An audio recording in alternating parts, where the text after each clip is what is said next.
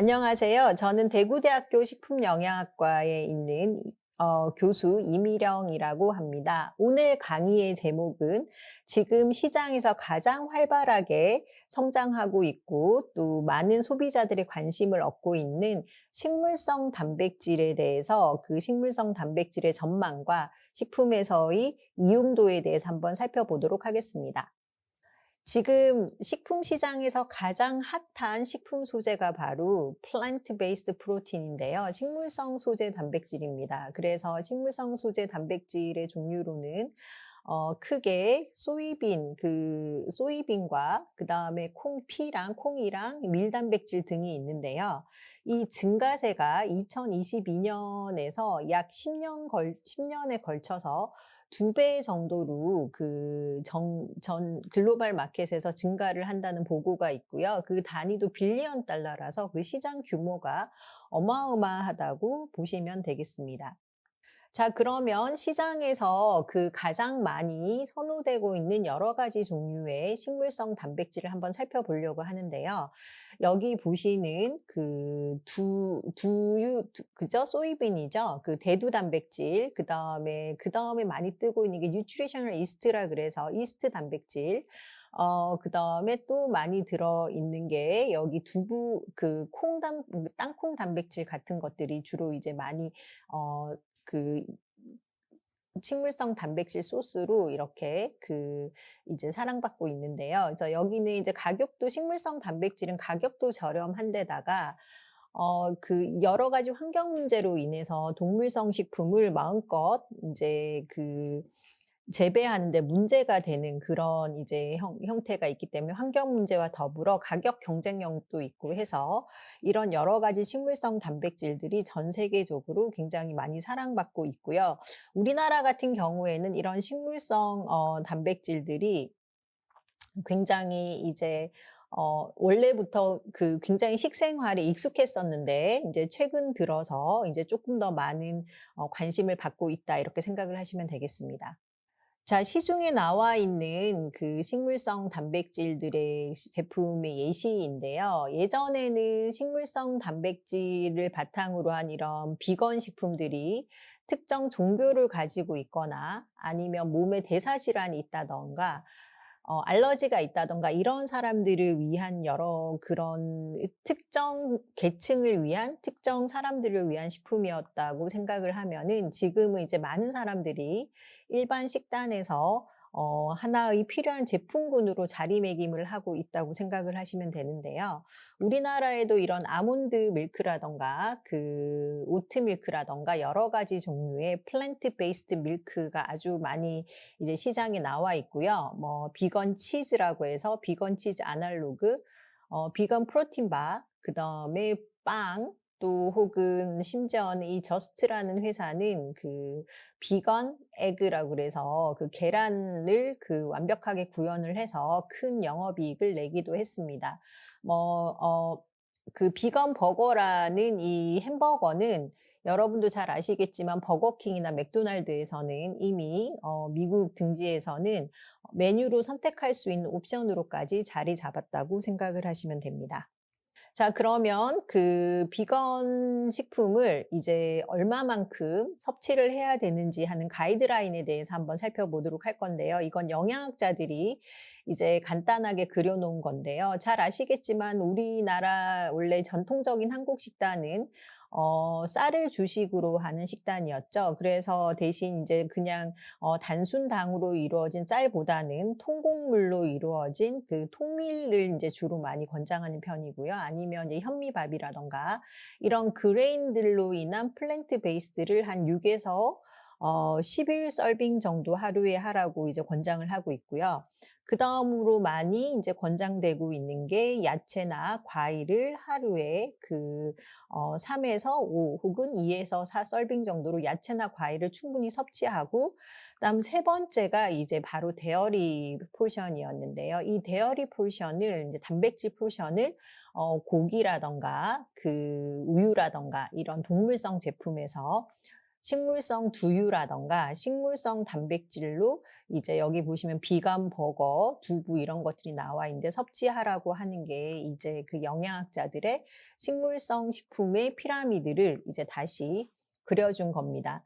마지막에는 보면 이제 이렇게 여러 종류의 식물성 기름이 나오는데요. 뭐 여러분들 잘 아시는 아보카도 오일이라든가 아니면 아보카도를 생으로 한두 개 정도 드신다든가 아니면 올리브 오일 같은 이런 것들을 이제 그 섭취 권장량을 이제 뭐 하루에 한 번 정도 이렇게 한 스푼 정도로 권장하고 있죠. 그다음에 또 한 번 이제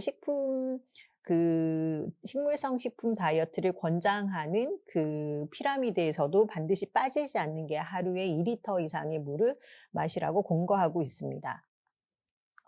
여러 가지 식물성 단백질을 이제 PDCAA라는 밸류로 이렇게 점수화한 그런 테이블인데요. 그 Protein Digestibility Corrected Amino Acid Score라 그래서 식물성 단백질이 동물성 단백질에 비해 얼마만큼의 소화율을 가지고 있는지 그리고 어떤 아미노산 배열을 가지고 있는지를 간단하게 수치화해 놓은 표라고 보시면 되겠습니다.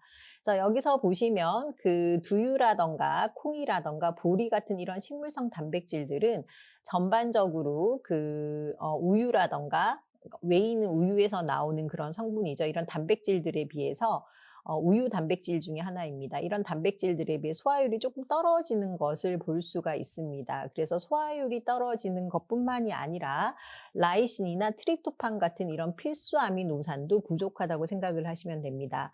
하지만 여기서 보시면 그 두 가지의 어떤 단점이 있긴 하지만 필수 아미노산도 부족하고 소화율도 떨어지긴 하지만 식물성 단백질들이 소화율이 전혀 없는 것은 아닌데다가 이제 각 식물성 단백질마다 결핍되어 있는 필수 아미노산의 종류도 다르기 때문에 한 가지 식물성 단백질뿐만이 아니라 여러 식물성 단백질을 골고루 섭취하시게 되면 우리가 필요한 그 단백질 소스를 충분히 제공받을 수 있다고 생각을 하시면 될 것 같습니다.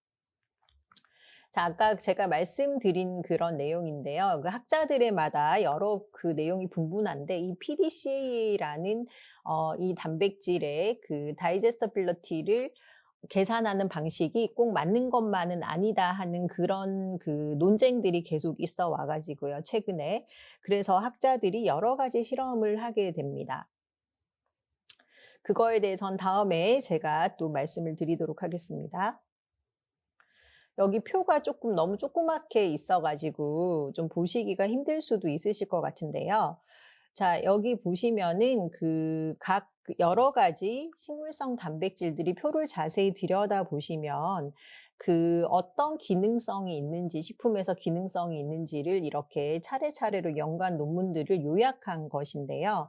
그래서 식물성 단백질들이 동물성 단백질만큼의 그 프로틴 펑셔널리티를 가지고 있는 건 아니지만 한 40에서 60%의 동물성 단백질들이 가지고 있는 기능성을 충분히 갖고 있다고 이제 여러 논문을 통해서 입증이 됐고요. 대표적인 그 프로틴 펑셔널리티가 여기 밑에 보시면은 이제 그 water absorption capacity라 그래서 수분 보유력, 그다음에 인제 대표적인 게 그 유화 능력 이런 것들이 동물성 단백질만큼은 아니겠지만 어느 정도 보유를 하고 있는 것으로 여러 논문을 통해서 입증이 돼서 동물성 단백질 대비 어느 정도는 단백질 기능성을 가지고 있어서 식품 산업에 충분히 이용할 수 있다 하는 것을 여러 논문을 통하여 입증이 되었습니다. 자, 다음 슬라이드를 보시면 그 식물성 단백질들이 어떤 기능성을 가지고 있는지 혹은 그 소화율이 어떻게 되는지를 보실 수 있는데요. 아보카도에 있는 단백질들은 여기 보시면 약 소화율이 70% 정도에 되고 또 쭉 보시면 대부분 식물성 단백질들이 아까 처음에 말씀드렸던 것처럼 우리가 흔히 아는 밀이라든가 그 콩이라든가 옥수수라든가 이런 것들은 소화율이 한 70% 정도로 낮다고 생각을 하시면 됩니다. 하지만 여기서 보시면 그 렌틸이라든가 콩 종류에 따라서 소화율이 90% 이상 되는 그런 제품들도 있는데요. 그래서 식물성 단백질의 종류에 따라서 우리 체내에서 소화율조차도 많이 달라지기 때문에 식물성 단백질이 동물성 단백질에 비해서 소화율이 많이 낮다 하는 편견은 가지시지 않으셔도 될 것 같다는 게 여기에 있는 그 논문들의 연구 결과라고 보시면 되겠습니다. 자, 그러면 식물성 단백질이 구체적으로 어떤 그 동물성 단백질에 비해서 어떤 영양학적 문제나 구성에 있어서 단백질 구조에 있어서 문제가 있는지에 대해서 한번 간단하게 살펴보도록 하겠는데요. 자, 일단 아까 처음에도 보셨듯이 식물성 단백질들은 필수 아미노산 같은 이런 아미노산 조성이 동물성이랑 완전히 다릅니다. 여러분들 흔히 많이 들으셨듯이 식물성 단백질들이 완벽한 완전 식품 중에는 식물성 단백질을 가지고 있는 제품이 없다고 보시면 되고요. 우리가 흔히 아는 계란이나 우유 같은 것들은 필수 아미노산을 다 가지고 있습니다. 여러분들이 필수 아미노산이 뭔지 모르실 수도 있을 것 같은데 필수 아미노산이라는 것은 우리 몸에서 합성이 되지 않기 때문에 반드시 식품을 통해서 섭취해 줘야 되는 아미노산이고요.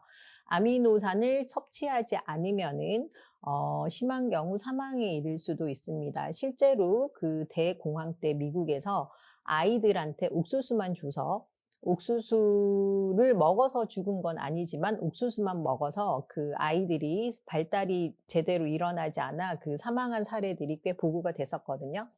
그래서 식물성 단백질들을만 한 가지 식물성 단백질들만 섭취를 할 경우에는 이런 필수 아미노산의 부족이란 이런 치명적인 문제가 있기 때문에 아미노산 조성을 잘 살펴보신 다음에 골고루 식물성 아미노산을 드시는 게 맞을 것 같고요.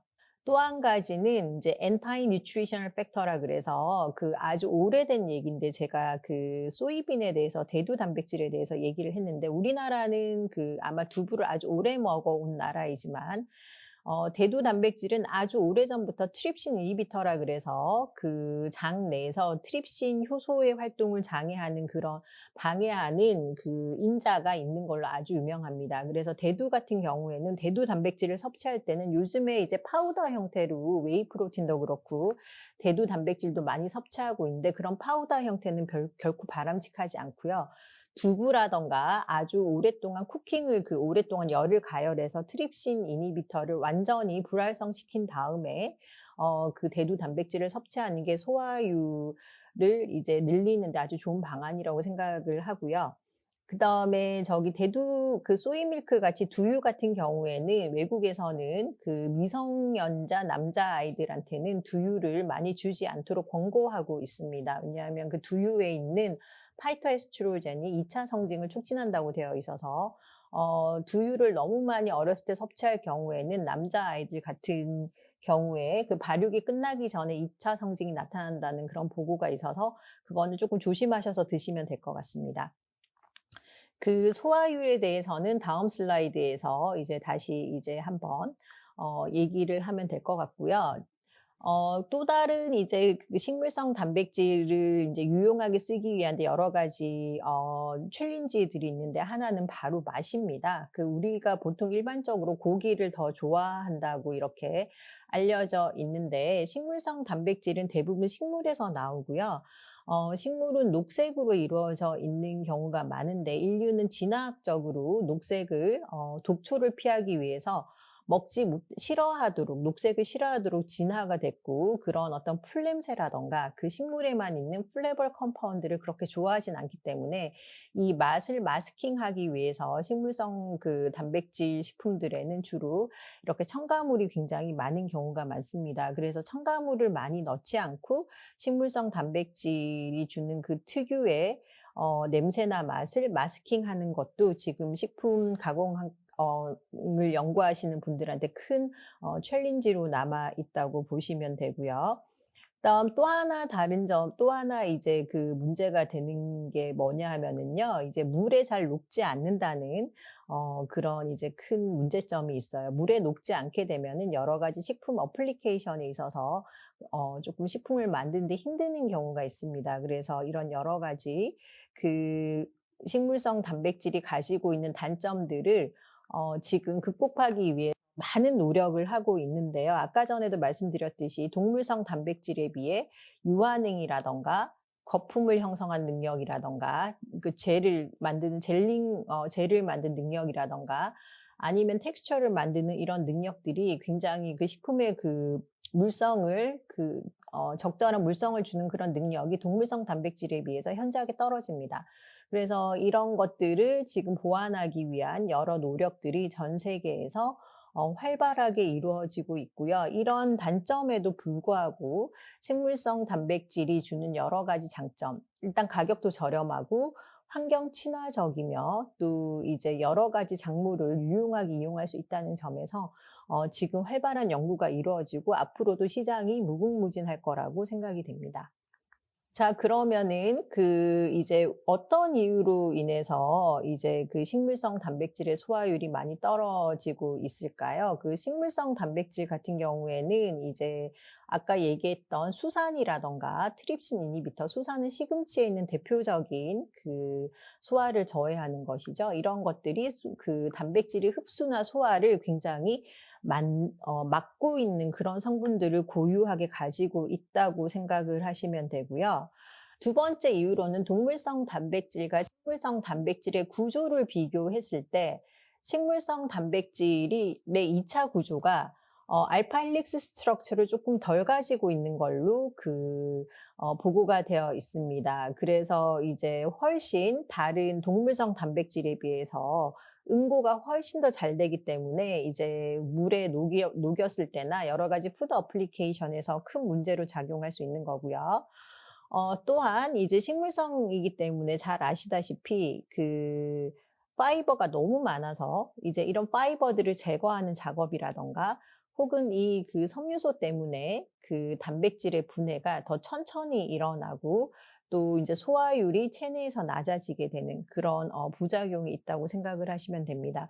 그래서 지금 이런 플랜트 베이스드 프로틴의 단점을 이제 보완하기 위해서 여러 가지로 이제 가공을 하는 그런 노력들이 굉장히 많이 되어 있는데요. 그래서 일단 뭐 여러 가지 탄수화물을 첨가를 해서 이제 단백질의 어떤 용해도를 높이거나 아니면 이제 플레버를 첨가를 해서 매스킹을 하거나 아니면 추출하는 방법을 다르게 하거나 아니면 이제 하이드로스태틱 프레셔라든가 여러 가지 가공 방법을 통해서 단백질의 식물성 단백질의 구조의 변형을 살짝 가지고 와서 단백질의 펑셔널리티를 높이거나 하는 여러 가지 연구들이 진행되고 있다고 보시면 됩니다.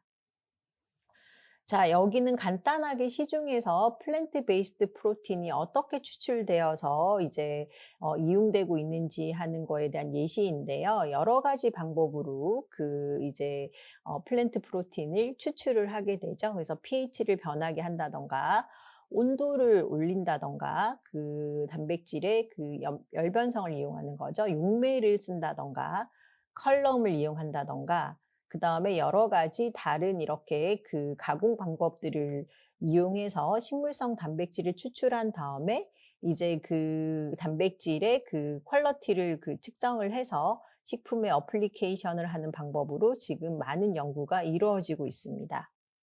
식물성 패티죠. 햄버거 안에 들어가는 식물성 패티인데 이제 실제로 식물성 패티의 조성을 보게 되면 플랜트 베이스드 비프 같은 경우에는 단백질 조성이 20.7%로 그냥 동물성 단백질보다 훨씬 더 이제 많이 들어있는 걸로 나와 있고요. 지방량은 훨씬 작은데 문제는 뭐냐면 여기서 보시면은 탄수화물의 함량이 섬유소로 인해서 굉장히 높은 걸로 나와 있고요. 또 하나 단점은 칼로리는 거의 비슷하다고 보시면 됩니다. 냄새나 맛을 마스킹하기 위해서 혹은 여러 가지 식품 첨가물을 넣기 때문에 아직까지도 플랜트 베이스드 햄버거 패티라든가 뭐 치즈라든가 이런 것들은 소듐 함량이 굉장히 많은 식품으로밖에 존재할 수 없습니다. 그래서 혹자들은 플랜트 베이스드 푸드를 하일리 프로세스드 푸드라 그래서 아직까지 우리가 이제 그 여러 가지 그 가공 업계에서도 그 난관을 극복하지는 못하고 있습니다. 여기 보시면은 이제 가상위에서 이렇게 나와 있고 그다음에 가상 장내에서 나와 있습니다. 그린 컬러가 그 플랜트 베이스드 비프고요. 그 블랙 컬러가 그냥 일반적인 소고기라고 보시면 되는데 가상위 장간에서는 인제 가상위라는 것은 pH 2가 있는 펩신 상태라고 보시면 되는데 이 상태에서는 단백질이 쪼끔 더 그 플랜트 베이스드 프로틴이 훨씬 더 가수 분해가 좀 더 잘 일어났다고 보시면 됩니다.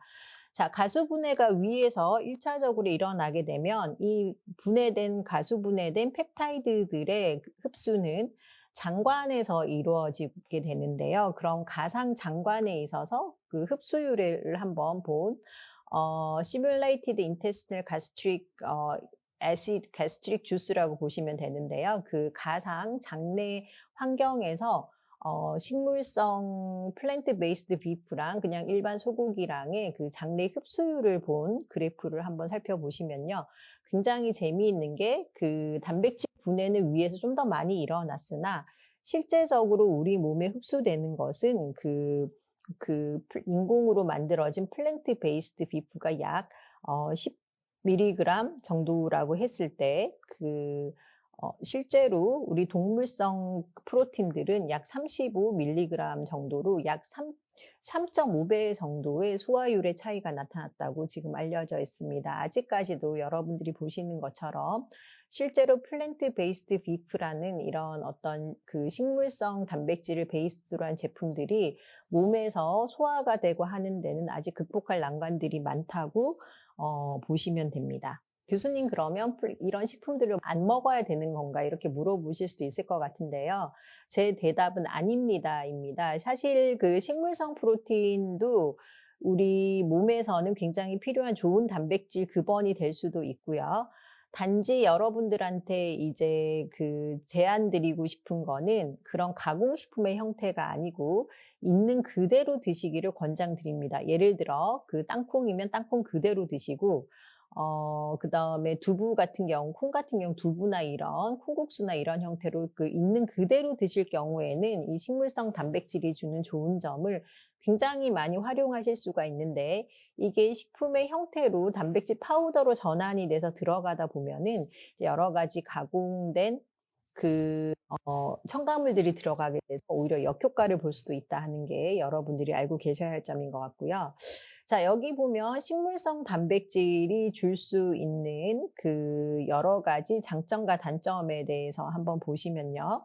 자, 식물성 단백질이 아까도 얘기했지만 필수 아미노산들이 조금 부족한 완벽한 단백질은 아니라고 보시면 되고요. 그래서 여기 보면 하나 이상의 필수 아미노산이 결핍된 경우가 대부분입니다. 그다음에 아까 실험 데이터를 보셨듯이 동물성 단백질에 비해서 소화율도 훨씬 많이 떨어진다고 보시면 되고요.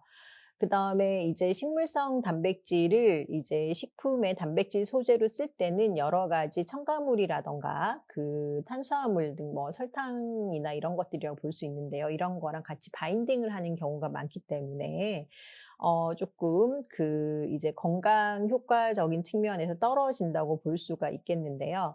하지만 식물성 단백질 그 자체로는 여러 가지 좋은 기능이 있죠. 예를 들어서 이게 이제 식품의 첨가물이나 다른 것들과 같이 들어가서 가공품으로 될 때는 이제 우리한테 좋지 않은 효과가 있을 수도 있겠지만 실제로 식물성 단백질 그 자체는 콜레스테롤을 낮추고 그다음에 항암 효과, 항당뇨 효과, 그다음에 항염증 효과, 비만을 예방하고 그다음 심혈관계 질환을 낮춰주고 노화 방지 효과도 있다고 알려져 있습니다. 그리고 여러분들이 많이 들으셨겠지만 식물성 기름 같은 경우는 아보카도라든가 올리브 오일 같은 이런 식물성 기름 같은 경우에는 여러 가지 혈관을 청소해 주는 역할도 있다고 알려져 있죠. 그래서 이런 여러 가지 장점을 가지고 있는 식물성 단백질들을 좀 더 효율적으로 식품 안에서 잘 이용할 수 있는 여러 가지 연구들이 앞으로 필요하다고 생각을 어 어 하시면 될 것 같고요. 요즘 코로나 이후에 식자재 가격이 너무 많이 상승을 해서 이런 동물을 키운다든가 이런 애니멀 베이스드 프로틴에 대한 어떤 가격 증가가 계속 이루어지고 있는 이런 상황에서 조금 더 이제 좀 더 그 식품 공학적인 발전을 통해서 이제 플랜트 베이스드 프로틴을 좀 더 순수한 형태로 퓨어한 형태로 추출을 해서 식품 산업에 이제 펑셔널리티를 증대를 해서 이용을 할 수 있는 방법이 있다면 굉장히 식품 산업의 발전과 더불어 식물성 단백질을 좀 더 효율적으로 이용할 수 있는 방법이 될 수 있을 거라고 생각을 하고 식품 화학자들과 식품 공학자들이 지금 이와 관련해서 많은 연구를 하고 있습니다. 자, 그럼 마지막으로 강의를 마치면서 제가 한번 플랜트 베이스드 프로틴에 대해서 한번 개략적으로 설명을 드릴까 하는데요. 비건 마켓이 지금 전 세계적으로 아주 크게 성장을 하고 있지만 아직까지 플랜트 베이스드 프로틴으로 만들어진 제품들에는 여러 가지 문제점이 있다. 이렇게 생각을 하시면 됩니다. 그래서 일단은 잘 아시겠지만 맛도 없고 또 질감도 굉장히 다르다고 보시면 되는데요. 그래서 지금 가장 비슷하게 나오는 게 이제 두부를 햄버거 패티처럼 가공을 해서 하는데 어쨌든 두부는 두부고요. 그래서 여러분들이 아직까지는 우리나라는 특히 이 플랜트 베이스드 프로틴을 제품으로 사는 구매는 아직 많이 떨어진다고 보시면 됩니다.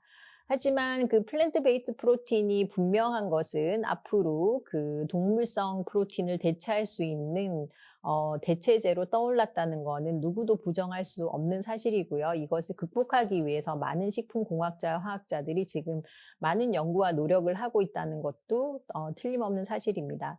그래서 소비자 입장에서 이런 플랜트 베이스드 프로틴이 가지고 있는 여러 가지 영양학적인 문제점을 극복하기 위해서는 한 두세 가지 정도의 플랜트 베이스드 프로틴을 같이 이렇게 섭취를 하는 게 식품으로 섭취를 하는 게 좋은 대안이 될 수 있을 거라고 생각을 하고요. 플랜트 프로틴이 들어있는 가공식품의 형태로 섭취하기보다는 그냥 그 자체로 섭취를 하시는 게 아직까지는 이런 여러 가지 플랜트 프로틴이 들어있는 식품에서 올 수 있는 부정적인 영향을 피할 수 있는 좋은 대안이라고 생각이 듭니다. 자, 여기까지 제 강의를 마치고요. 여러분들이 현명하게 플랜트 베이스드 프로틴을 이용할 수 있는 식생활을 영위해 가시기 바랍니다. 강의 마치도록 하겠습니다.